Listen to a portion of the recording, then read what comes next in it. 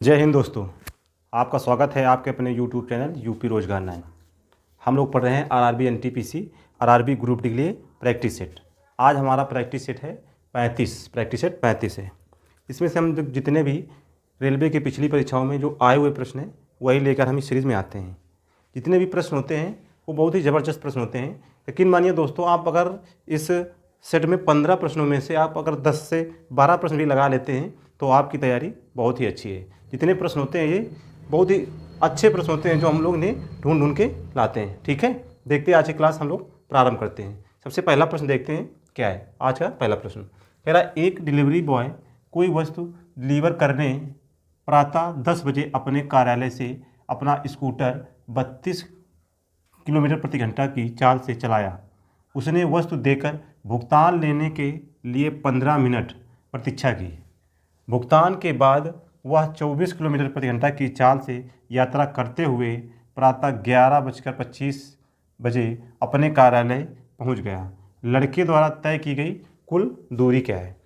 ये इसकी इतनी भाषा बड़ी लिखी हुई है, इससे हमें कोई मतलब नहीं। देखिए इसका सवाल का जो सॉल्यूशन होगा वो देखिए कितना अच्छा प्रश्न है। इसकी भाषा कितनी बड़ी है लेकिन लगेगा कैसे ये, इसका हल कितना आसान है। देखते हैं। सबसे पहले कहा है कि एक लड़का है, ठीक है, डिलीवरी बॉय, वो 10 बजे चलता है, ठीक है, अपने कार्यालय से चलता है। मान लो उसको सामान यहाँ देना है उसे 10 बजे, वो यहाँ आ गया, उसने यहाँ वस्तु दिया उसको, ठीक है, अपना वस्तु यहाँ दे दिया। देने के लिए वहाँ 15 मिनट वो रुकता है, भुगतान लेने के लिए 15 मिनट रुकता है। इसके बाद भुगतान लेने के बाद वो फिर यहाँ वापस आ जाता है। 10 बजे निकलता है और यहाँ वो 11:25 फिर से वापस आ जाता है। तो वो 10 से 11:25 के बीच में उसने कितना समय उसे लगा, कितना समय लगा? 10 से 11 बजे के बीच में 25 कितना समय लगा? 1 घंटा 25 मिनट। कितना? 1 घंटा 25 मिनट, यानी उसको 85 मिनट का समय लगा। कितना? 85 मिनट का समय लगा पूरा। अब हम देखते हैं इसमें उसने 15 मिनट विश्राम किया है, यानी वो 15 मिनट रुका हुआ है वहीं पर। तो इसमें 15 मिनट जो रुका हुआ तो वो तो चला नहीं, चलने का समय सिर्फ कितना उसका जो यहाँ चला हुआ है, तो इसमें 15 मिनट घटा देंगे, कितना आएगा? 80 मिनट। केवल वो 80 मिनट ही यात्रा किया है। कितना? 80 मिनट। 80 मिनट नहीं, इसे 15 घटा देंगे, कितना बचेगा? 70 मिनट। उसने 70 मिनट ही यात्रा किया है। कितना? 70 मिनट यात्रा किया है उसने। ठीक है, अब हम देखते हैं जब वो यहाँ से गया है और फिर वापस आया है तो यहाँ ये दूरी क्या है? दोनों ही स्थिति में दूरी बराबर है, दोनों स्थिति में दूरी बराबर है। और जब दूरी बराबर होती है तो चाल का उल्टा क्या होता है? समय। तो यहाँ चाल का अनुपात कितना हो जाएगा? 32 से गया था और वापस किससे आया? 24 से। किससे आया? 24 से। काटेंगे कितना आएगा? 8 चौको 32, 8 त्रिका 24। तो टाइम का रेशियो कितना आ जाएगा? 3 से 4। 3 से 4। कुल समय कितना लग रहा है यहाँ? 7। और यहाँ पर कुल समय कितना लगा हुआ है? 70। तो यानी एक पर और कितना आ जाएगा मिनट में? तो 10 मिनट चलता है, 1 मिनट में 10 चलता है। ठीक है, 1 मिनट 1। तो यहाँ 3 के हिसाब से कितना चला होगा वो? 30 मिनट। 30 मिनट यात्रा किया है और यहाँ 40 मिनट यात्रा किया है। हमसे पूछा है कुल कितनी दूरी होगी। कुल दूरी के लिए हम क्या करेंगे? सबसे पहले देखते हैं कि 1 घंटा चलता है वो 32 की स्पीड से जब गया है, 1 घंटा 32 की स्पीड से, तो यानी 30 मिनट कैसे चलेगा वो? 32 का आधा कितना आ जाएगा? 16 किलोमीटर। 30 मिनट कितना? 32 का आधा 16 किलोमीटर। अब यहाँ चलता है 24, यानी यहाँ पर चल रहा है 24, यानी 60 मिनट में वो चलता है 24 किलोमीटर। तो 40 मिनट में कितना चलेगा? तो एक काम करते हैं, यहाँ 6 से भाग देंगे, कितना है? 10 मिनट। और यहाँ कितना आ जाएगा? 4। कितना आ जाएगा? 4 किलोमीटर। अब हमसे कह रहा है 40 मिनट में पूछा तो 4 से गुणा करा देंगे, यहाँ 40 मिनट हो जाएगा। और यहाँ 4 चौको 16, तो यहाँ 40 मिनट में ये भी कितना चलता है? 16। 40 मिनट में ये भी कितना चलता है? 16 किलोमीटर। तो 16 कितना हो जाएगा? 32 किलोमीटर। तो उसने कुल यात्रा कितनी तय किया है? 32 किलोमीटर इसका आंसर हो जाएगा। ऑप्शन नंबर ए इसका आंसर हो जाएगा हमारा। ठीक है, अगला प्रश्न देखते हैं हम लोग। प्रश्न नंबर 2।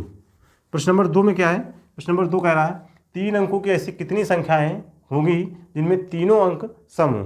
माने 3 अंक। अच्छा, सम अंक कौन कौन से होते हैं? सबसे पहले जो सम अंक होते हैं उन्हें लिखते हैं। सम अंक। सम अंक क्या होंगे? 2, 4, 6, 8। ठीक है, यही लेंगे। उसमें जीरो भी शामिल कर सकते हैं लेकिन जीरो को यहाँ हम शामिल नहीं करेंगे। ठीक है, अब देखते हैं 3 अंकों की संख्या बनाने में। 3 अंकों की संख्या बनानी है।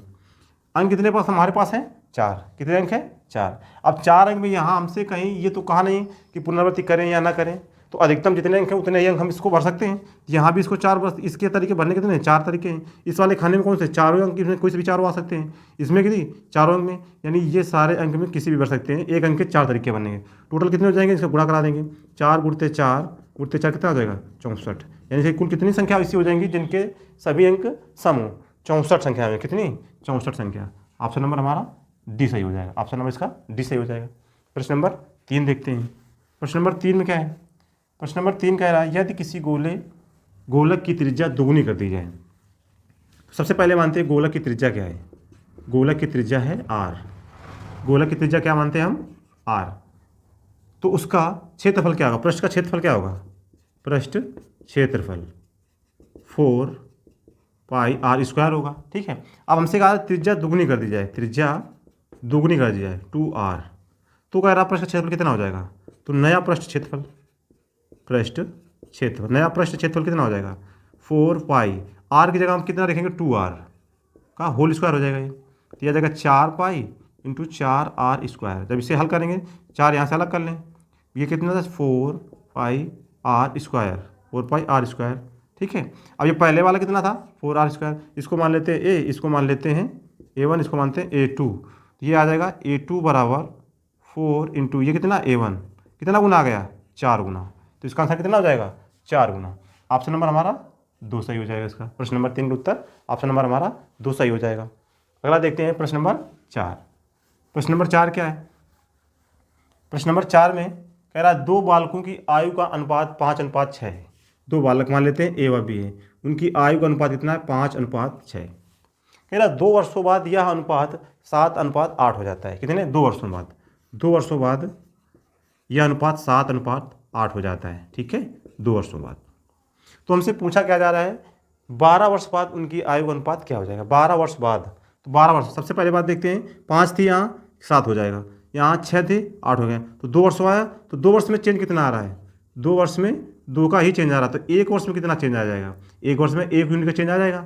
हमसे पूछा है 12 वर्ष, तो 12 वर्ष में कितना आएगा? तो आज कितनी है? 5:6 है। तो 12 वर्ष में कितना चेंज आएगा? +12 ही कर दे दोनों में, +12। डायरेक्ट ही हम अनुपात का ही मान निकालें। 1 वर्ष का मतलब 1 अनुपात ही बढ़ता है। तो 12 वर्ष में कितना? 12 5 17 और 12 6 18। तो इसका अनुपात कितना आ जाएगा? 17:18। 17:18। ऑप्शन नंबर ए आ जाएगा। ऑप्शन नंबर ए आ जाएगा। यानी 1 वर्ष का 1 यूनिट की वृद्धि होती है। 1 वर्ष में 1 यूनिट की वृद्धि होती है। ठीक है, वही इसी हिसाब से हमने इसको हल कर लिया है। अगला प्रश्न देखते हैं हम लोग, प्रश्न नंबर 5। प्रश्न नंबर 5 में क्या है? प्रश्न नंबर 5 कह रहा है 222 और 250 के बीच की सभी सम संख्याओं का औसत क्या होगा? 222 प्लस 250 के बीच की सभी सम संख्याओं का औसत, इसको हम जोड़ के सीधा भाग दे देंगे। कितना आ जाएगा ये? जोड़ें कितना आएगा? 2 और 2 4, 50 22 72 बटे 2। भाग दें कितना आएगा? 2 3 6, 236। कितना आएगा? 236। ऑप्शन नंबर से कितना हो जाएगा? Option number C. Option number सी।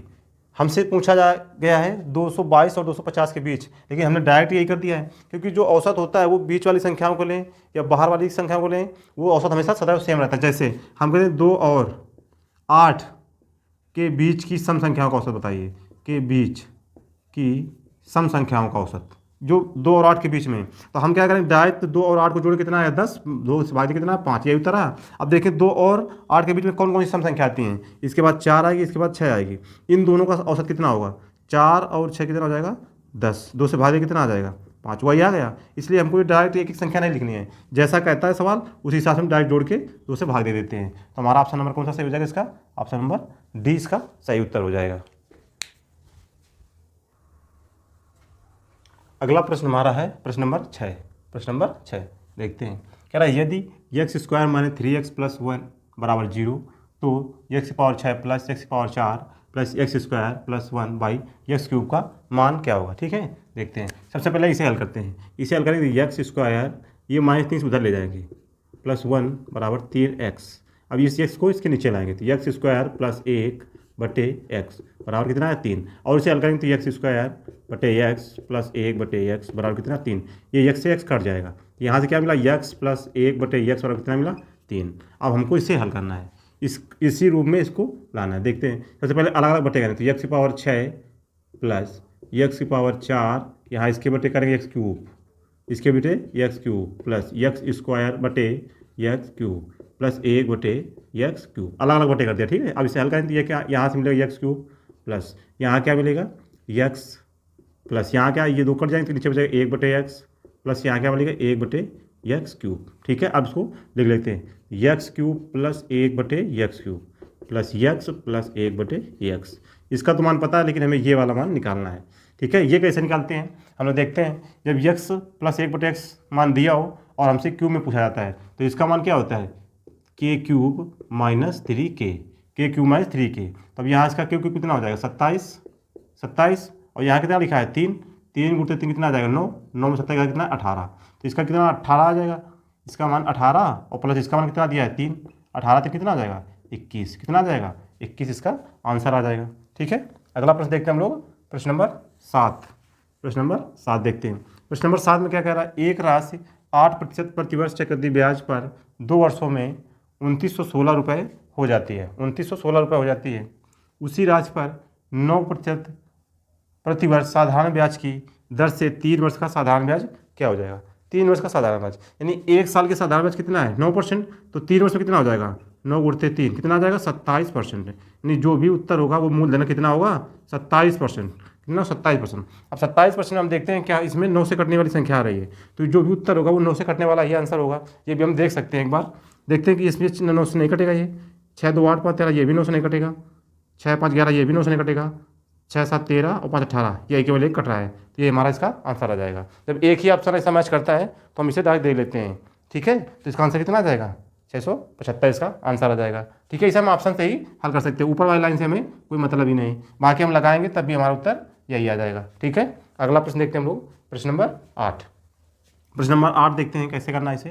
प्रश्न नंबर 8 इसे आप लगा लेना। ठीक है, 8 हम देखते हैं कैसे। कह रहा 3000 रुपये एक स्कूटर जो है वो 3000 रुपये में खरीदा गया, 30,000 रुपये में खरीदा गया और उसकी मरम्मत के लिए 3000 रुपये उसमें खर्च किए गए। ठीक है, फिर उसे 39,600 रुपये में बेचा गया, तो लाभ प्रतिशत क्या होगा। सबसे पहले देखते हैं वस्तु कितने की पड़ी, वो स्कूटर टोटल कितने की पड़ी, 30,000 की खरीदी गई, 30,000 की, 3,000 उसमें और लगाए गए, 3,000 और लगाए गए, तो टोटल स्कूटर का सीपी कितना हुआ कुल 33,000 हो गया ना, कितना 33,000। अब उसे बेचा कितने में गया है 39,600 रुपये में। ये है सीपी, ये है एसपी, 2 जीरो से जीरो काट दो। ठीक है, अब इसे 11 से भाग देते हैं, 11 से भाग देंगे 11 से 33 30 आ जाएगा, फिर 11 से भाग देंगे कितना आ जाएगा 33 11 से 66, फिर 3 से भाग देंगे कितना आया 10%, यहाँ 10 आ जाएगा और यहाँ कितना आ जाएगा 12, एक एक जीरो लगा देंगे, यहाँ कितना 100 वाली चीज़ 120 से बेची जाए कितना परसेंट हुआ लाभ 20% की प्रॉफिट हो जाएगी, कितनी 20% की प्रॉफिट हो जाएगी। ऑप्शन नंबर हमारा इसका बी सही हो जाएगा, ऑप्शन नंबर इसका बी सही हो जाएगा। अगला प्रश्न देखते हैं हम लोग, प्रश्न नंबर 9। प्रश्न नंबर 9 क्या है, प्रश्न नंबर 9 में कह रहा है 36 मिनट एक दिन का कितने प्रतिशत है, 36 मिनट एक दिन का कितने प्रतिशत है। तो 36 मिनट एक दिन का, तो एक दिन में कितने घंटे होते हैं 24 घंटे। जब ये मिनट है तो इसको भी हमें मिनट बनाना है और प्रतिशत के लिए 100 से गुणा कराना है, किससे 100 से गुणा कराना है, बस इसे काट देना है। 6 जीरो से जीरो काटेंगे, 6 से भाग देंगे कितनी बार 6 संग 36 6 बार, 6 चौको 24 4 आया, यानी 10/4, 10/4 यानी 2.5, कितना 2.5% इसका आंसर आ जाएगा। 2.5% मतलब ऑप्शन नंबर ए इसका सही आंसर हो जाएगा। अगला प्रश्न देखते हैं हम लोग, प्रश्न नंबर 10। प्रश्न नंबर 10 में क्या है, कह रहे एक मीनार के तली से 100 मीटर की दूरी से, एक मीनार की तली, एक मीनार बनी हुई है और इसकी तली से 100 मीटर की दूरी पर, चाहे इधर बना लें या हम इधर बना लें, इधर बना लें 100 मीटर की दूरी पर उन्नयन कोण कितना है 30 अंश, कितना है 30 अंश। तो इस मीनार की ऊंचाई हमें बताना है, मीनार की ऊंचाई बताना है। सबसे पहले देखते हैं ये 30 अंश है, ये 30 अंश कोण है और ये सब, तो ये कितना बनेगा 60 अंश। ठीक है, तो 60 अंश जब भुजाएं देती हैं 30 60 और जब 90 का अनुपात होता है कोणों का, ये होती है 1, ये होती है कितना 30 60, ये हो जाएगा √3, ये हो जाएगा कितना 2। तब 60 के सामने कितना आ रहा है 3, यानी ये √3 का मान कितना दिया 100 और हमसे 30 के सामने कितना 1, यानी h बराबर कितना 1 का मान हमसे पूछा जा रहा है। ठीक है, ये रेशियो हमको पहले से पता होना चाहिए। तो √3 बराबर कितना दिया है 100, तो 1 बराबर कितना आएगा 100 बटे, इसे लिख सकते हैं √3 गुणित 1, ये अब ये आ जाएगा नीचे इसके 1 बराबर, तो हमारा आंसर कितना आ जाएगा 100 बटे √3 मीटर। तो ऑप्शन नंबर इसका कौन सही हो जाएगा, ऑप्शन नंबर इसका बी सही हो जाएगा हमारा। ठीक है, ऑप्शन नंबर बी सही हो जाएगा। अगला प्रश्न देखते हैं, प्रश्न नंबर 11।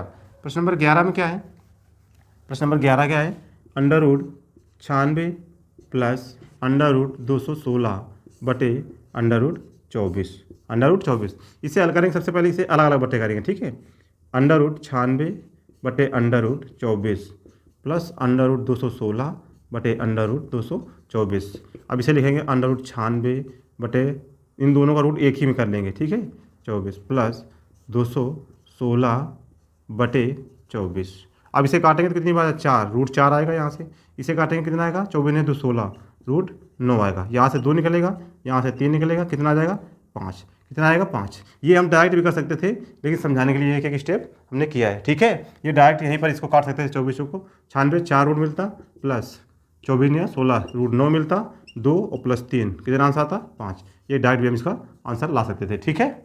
आगे देखते हैं हम लोग प्रश्न नंबर 12। अगला प्रश्न हमारा है प्रश्न नंबर 12।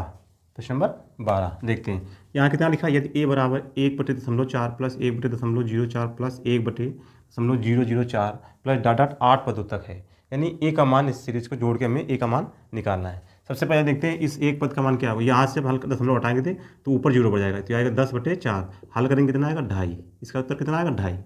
और जब इसको हल करेंगे तो ये आएगा 100, ऊपर 2 0 बढ़ जाएंगे और नीचे 4 कितना आएगा, इसका उत्तर 25, ठीक है। तो सबसे पहले एक पद का मान कितना है 2.5। अब दो पद अगर जोड़ेंगे हम, एक पद का मान कितना आया 2.5, ठीक है। दूसरे पद का मान कितना आया 25। अगर हम इसको जोड़ दें कितना आएगा 27.5 आ जाएगा, ठीक है। अब तीसरे पद में यहाँ क्या करें तो 3 0 लग जाएगा ऊपर, 4 से भाग कितना आएगा 250, कितना 250।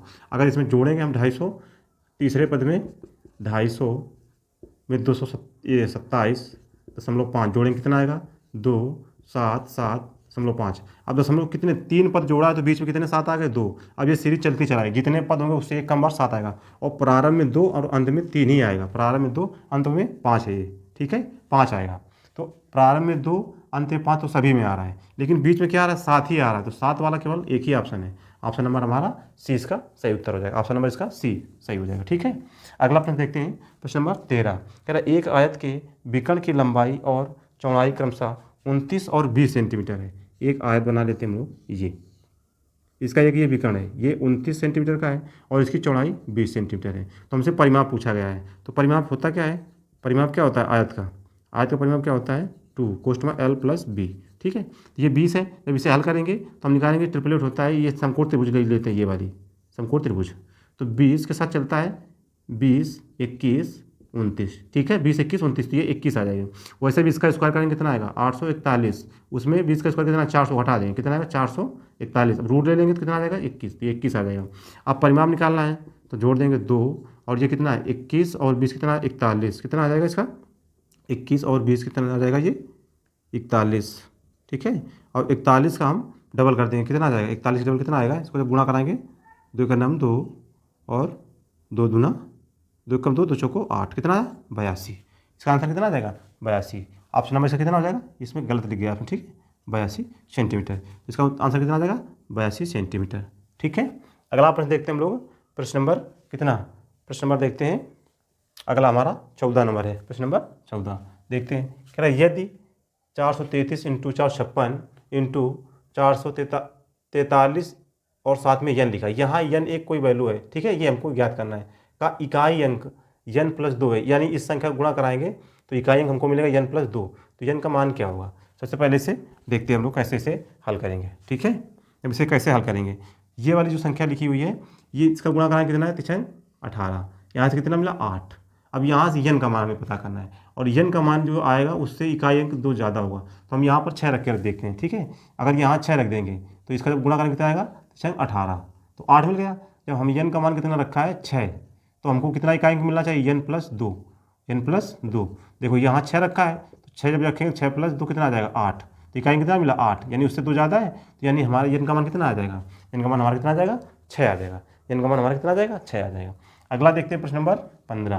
प्रश्न नंबर 15 कह रहा है यदि एक राशि चक्रवृद्धि ब्याज की दर से 7 वर्षों में 2 गुनी, यानी 1 रुपये की राशि 7 वर्षों में 2 गुनी हो जाती है, कितनी 2 गुनी हो जाती है। तो कह रहा है वही राशि 16 गुनी होने में कितना समय लगेगी, 16 गुनी। सबसे पहले 2 गुनी हुई, फिर इसका 2 गुना कितना 4 हो जाएगा, फिर इसका 2 गुना 8 हो जाएगा, इसका 2 गुना 16। तो कितने सर्कल हो गए 7 वर्ष यहाँ 7 वर्ष यहाँ 7 वर्ष यहाँ, कितना हो जाएगा 4 बार 7 × 4 कितना आ जाएगा 28 वर्ष, कितना आ जाएगा इसका आंसर 28 वर्ष। ऑप्शन नंबर इसका डी, ऑप्शन नंबर डी इसका सही उत्तर हो जाएगा। ठीक दोस्तों, आज की क्लास बस यहीं तक दोस्तों। वीडियो को लाइक करें, चैनल को हमारे सब्सक्राइब करें और अपने दोस्तों में शेयर करें। धन्यवाद दोस्तों।